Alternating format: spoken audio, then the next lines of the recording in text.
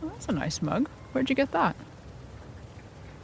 It is. If you remember what I told you in the first episode, I was cycling across Europe with my college friend Tony, almost 40 years ago.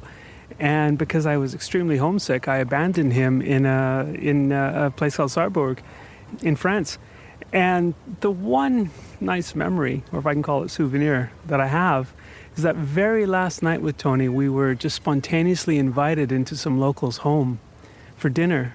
And someone in the family did pottery, and they gave me this mug.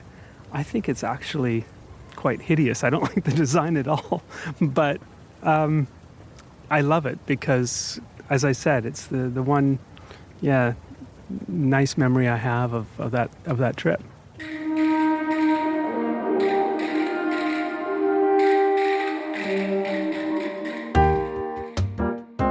I'm Susan Masika, and this is The Swiss Connection, a Swiss Info production. Welcome back to our series about nostalgia. Let's return to Dale's home to continue our conversation about Tony, a bike trip gone wrong, and how all of that led to a deep dive on nostalgia.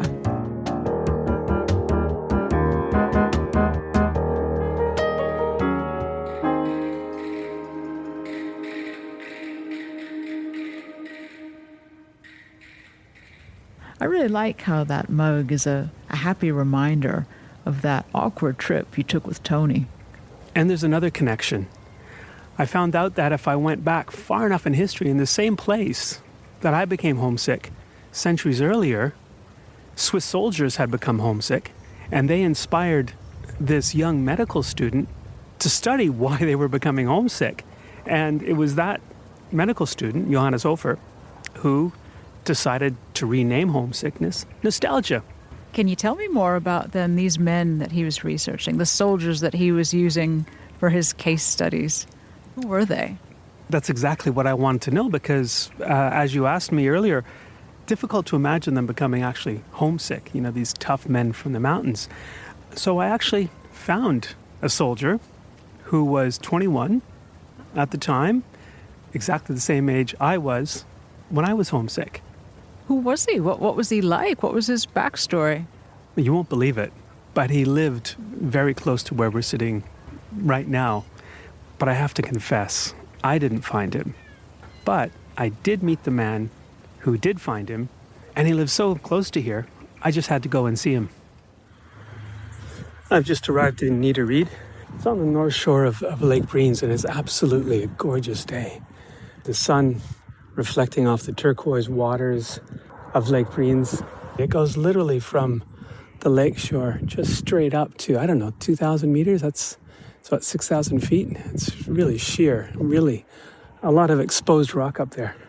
I now have to walk down and find Christoph Studer's place. Christoph. Wie bist du? Judy. Wirklich früh. Ja, Ist okay. Merci vielmals. My name is Christoph Studer. I live in Niederried.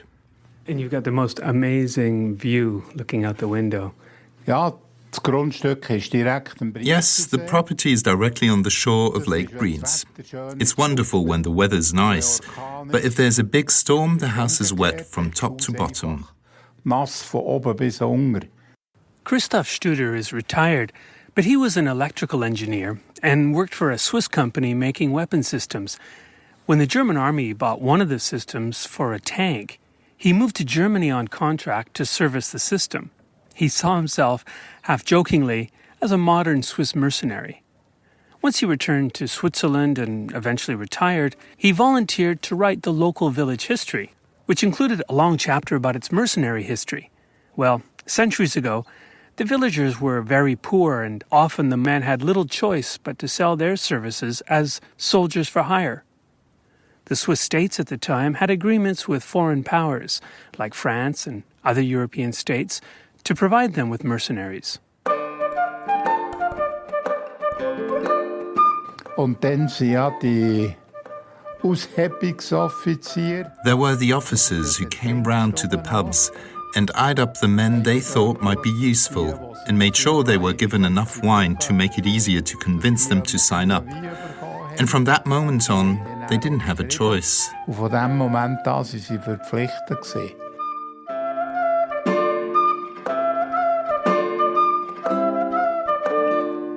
How did these 9 men travel? How did they leave? Did they leave here by foot or did they hop on a boat out here in the lake? Also hier auf dem See sind ja They went on a boat which could transport up to 10 tons. Wir hatten hier Flösse gehabt, There were also rafts taking them to Bern. für Geschoss runtergefugt hat Richtung Bern. Und das ist sehr They were welcome on board since they could do the paddling. Flösse zum Rudern. Ich sage jetzt From Bern, they could follow the rivers all the way to Rotterdam. bis Rotterdam. Of the many soldiers who must have left on these boats, Christoph Studer was able to find the names of 9 men. They're listed in a registry from the year 1690. He calls up an image of the registry on his computer screen for me to see. I want to find the entry for one particular man, a 21-year-old. And here when I read down from number 1, also the erste ist, so there's Hans Hager from Brienz, he's 27 years old. Then we have Klaus Abeglen from Iseltwald, he's quite an older man, 42. Peter Ringenberg, he's 26. Christian Neufer, he's a marksman, he's 26. Jegi Studer from Niederbied. Then we have number 6, bingo. This is the man I was looking for. Peter Michael von Ringenberg, so the next village, 21 years old, and he was a ziemliche Länge und guter Miene. Eine recht gute Grösse, also recht gross, recht lang. Und guter Miene heisst Gesungzweig. So Peter Michael from Ringenberg was 21 years old, and he was quite tall and in good health. Ja, kann man. And that's why I was so fascinated, because when I was homesick, I was 21 years kann man old. jetzt eben nicht rausnehmen, weil der Geburtsdatum von Ringenberg erst 1672 gehen. Und hier müsste er etwa 1669 sein. So he was born too early. The church registers for baptisms began after he was born, so he's not anywhere to be found in the church books, which is a real shame. So what do we know about Peter Michael? Was wissen wir über den Peter Michael? Nicht. Nothing.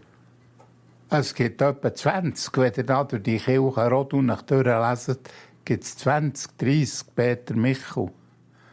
Teil sind 3-jährig gestorben, über die Flur ausgefallen. So the different Peter Michaels, some died when they were very young. They fell from the walls of the castle to their death. They drowned in the lake right outside close here, that we can see from this window.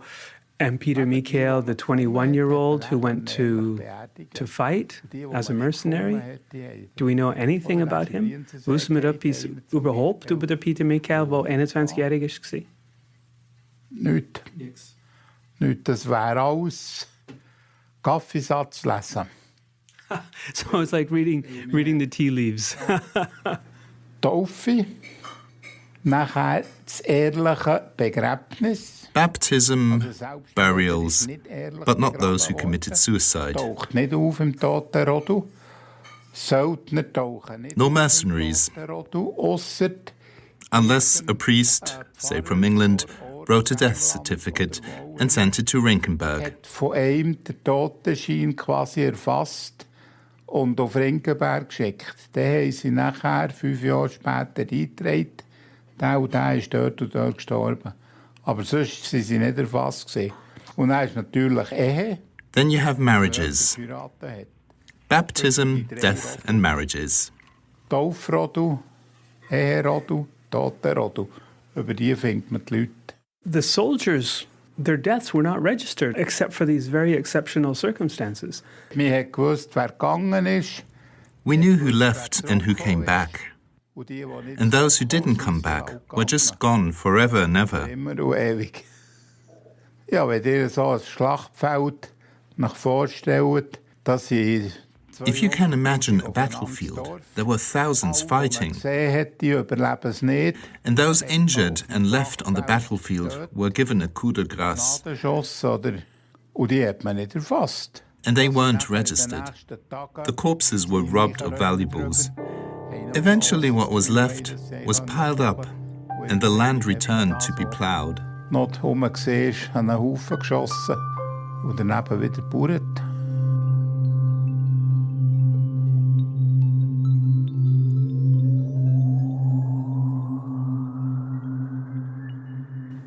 And can we assume that the 21-year-old Peter died on the battlefield?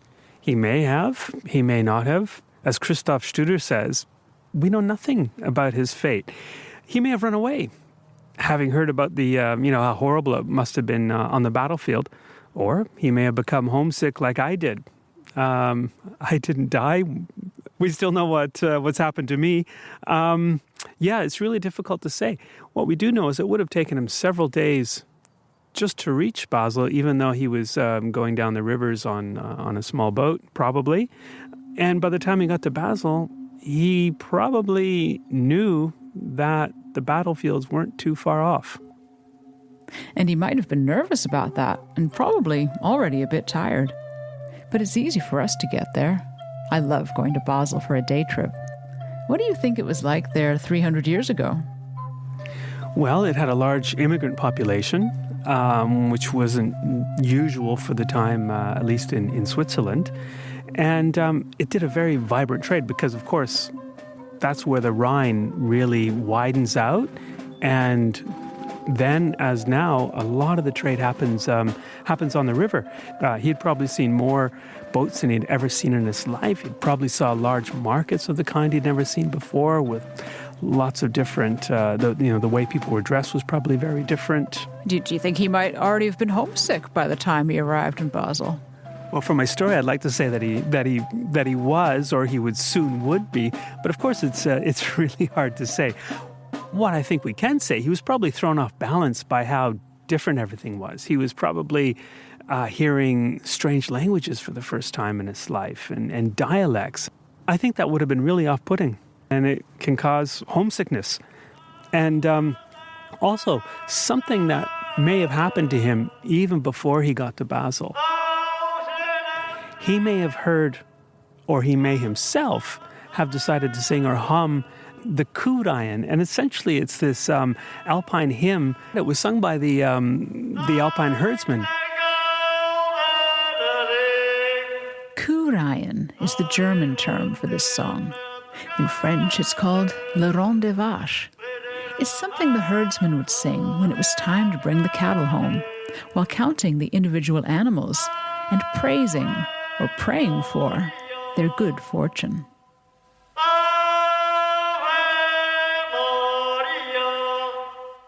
And it was considered by the officers in the various armies that it was actually dangerous because it could really make Swiss soldiers homesick for the Alps. You've heard of Jean-Jacques Rousseau, Yes. The famous philosopher, thinker.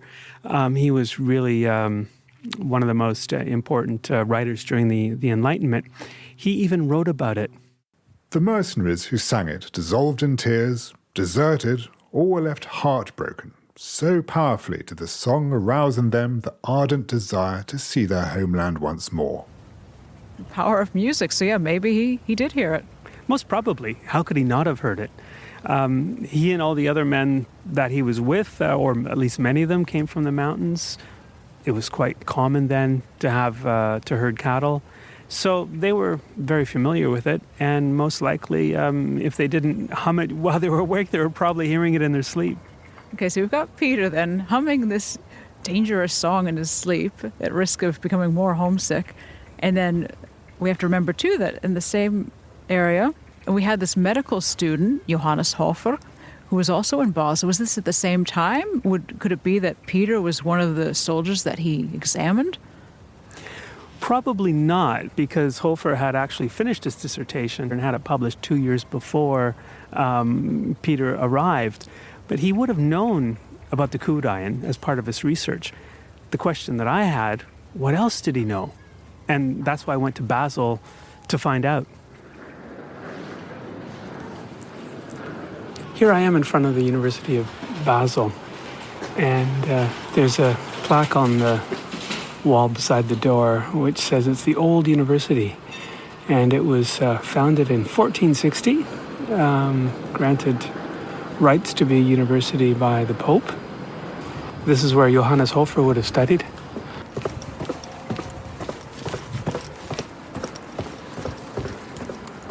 Steps lead down to a little garden covered with small stones. And the university was built right on the banks of the Rhine. It's a beautiful setting. So it was in this building here that Hofer would have studied. It's where he likely would have taken part in dissections of humans, came to his various understandings, or what could have led him to his theory on nostalgia or homesickness. But his dissertation hasn't been preserved here. It's about a 10 or 15 minute walk from here in the university library. So let's go there and have a look, see if I can find the book.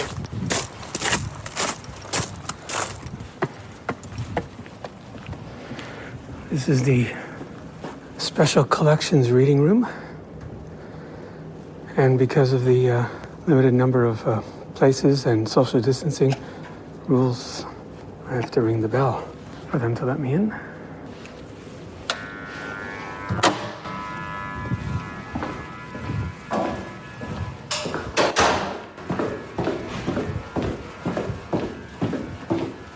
It's a long way down.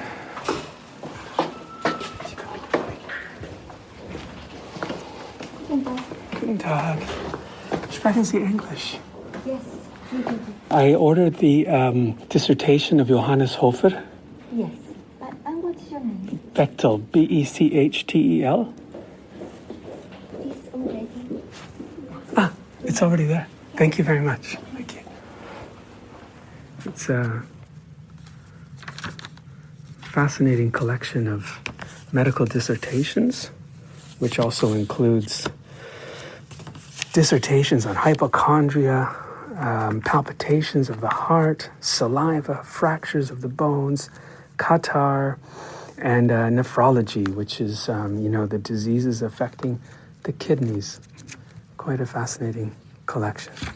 So here's Hofer's dissertation, and I have to find the English translation. Yes, of course. So it is his medical dissertation, according to the English translation that I've found from the 1930s.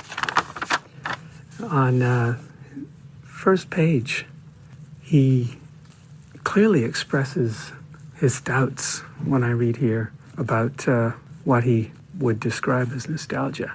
He writes, "When I contemplated with attentive mind the incomprehensible variety of medical affairs, I hung back uncertainly, indeed, as to whether I should select material worth spreading abroad, or whether I should air disputatious arguments merely for the sake of an exercise." Well, he's certainly unsure of himself.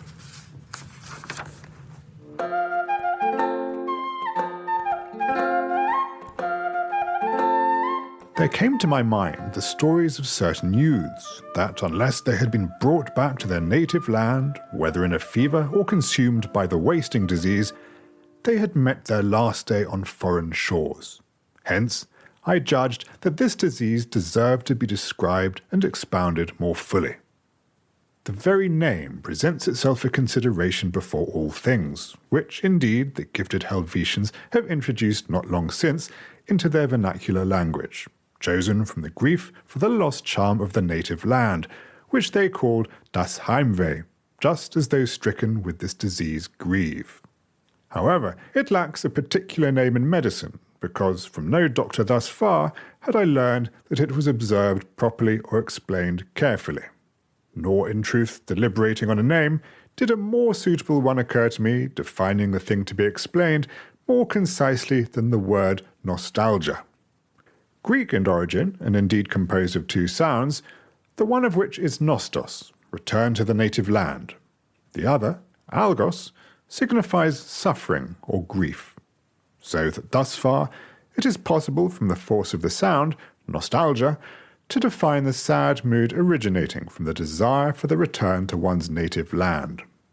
Okay, when I move on to part 7, he tries explaining what's going on in a homesick person's brain, or a nostalgic person's brain, as the case may be.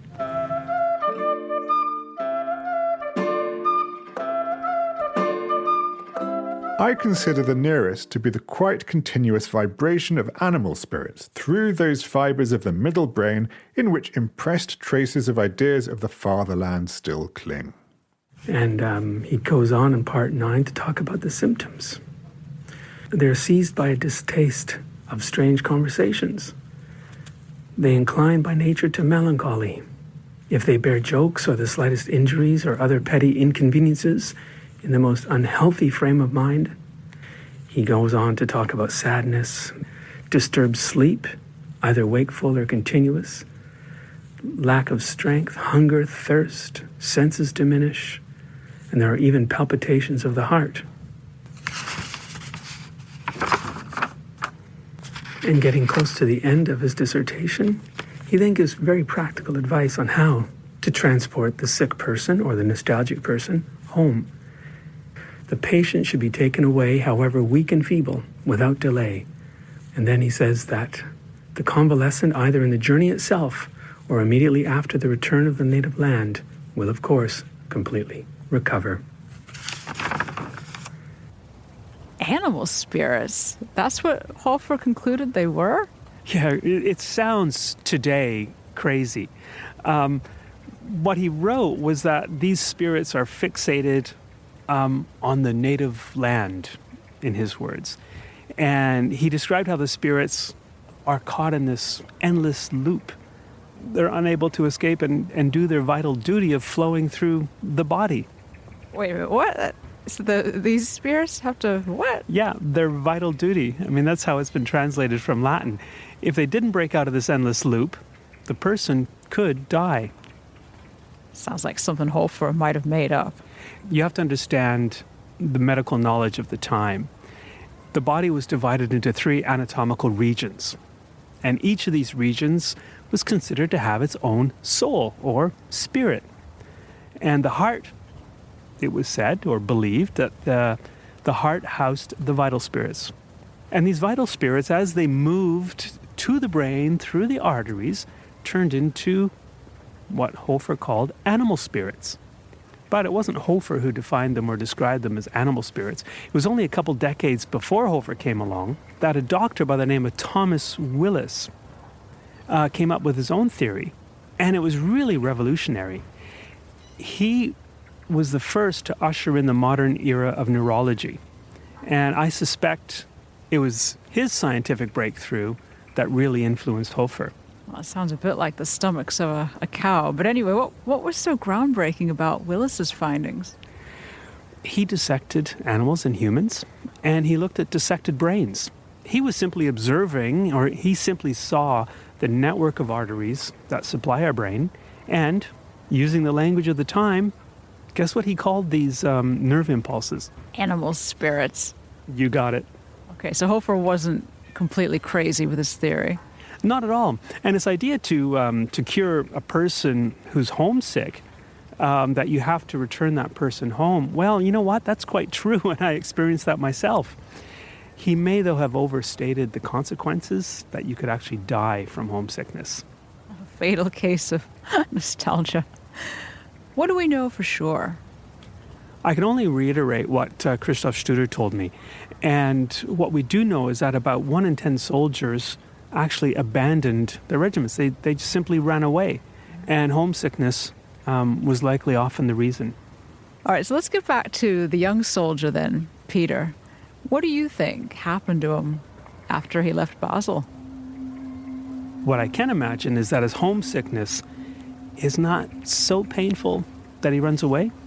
I picture him marching on, following the Rhine River as it flows northwards, and eventually turns west to the lowlands of northern France. And I'd like to think that by the time he gets to a place called Sarrebourg in the northeast corner of France, exactly where I became homesick, he too has that horrible feeling in the pit of his stomach and becomes homesick in the same place that had happened to me 300 years later.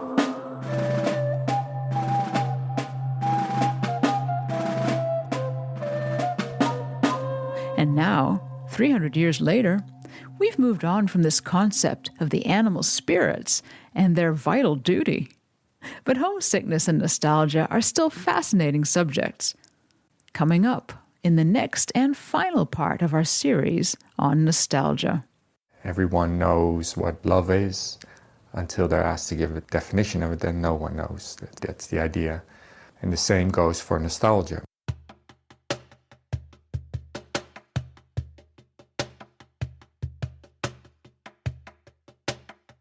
Join us again soon on the Swiss Connection to meet a modern-day researcher who is proving the benefits of nostalgia.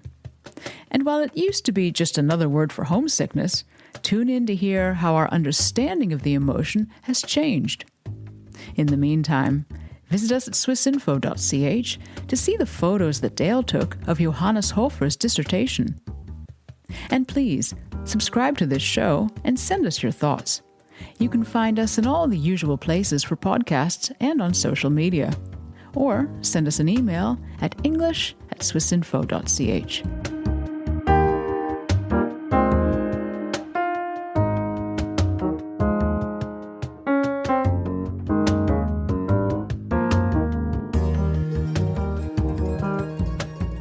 This episode was produced by me, Susan Masika, and Dale Bechtel, who also did the reporting for it.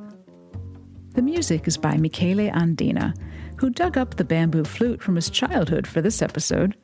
Our studio engineer here in Bern is Danny Wehler. And wherever you are in the world, thanks for listening.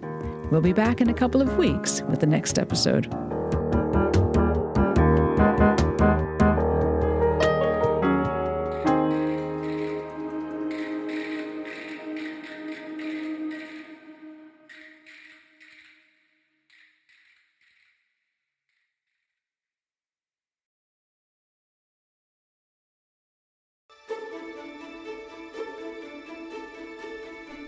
Do you want to polish your knowledge about Swiss elections, referendums and political parties, while at the same time learning more about the quirks of the political system in Switzerland? If that's the case, our newsletter course is just what you need. Each week for a month, we'll send you a free installment explaining the most important details of how Swiss democracy works. Our course teaches you who is eligible to vote in Switzerland, what the different parties stand for, how election and popular vote results are implemented, and what distinguishes Swiss democracy from other political systems. Our crash course is interactive, like democracy itself. Your questions will be answered on an FAQ page, and you can debate with other users and share your inputs and opinions. We will also provide links to multimedia articles and videos to help you better understand the Swiss democratic system. Please join us and sign up for the free Democracy Crash Course newsletter at www.swissinfo.ch/democracy. That's www.swissinfo.ch/democracy.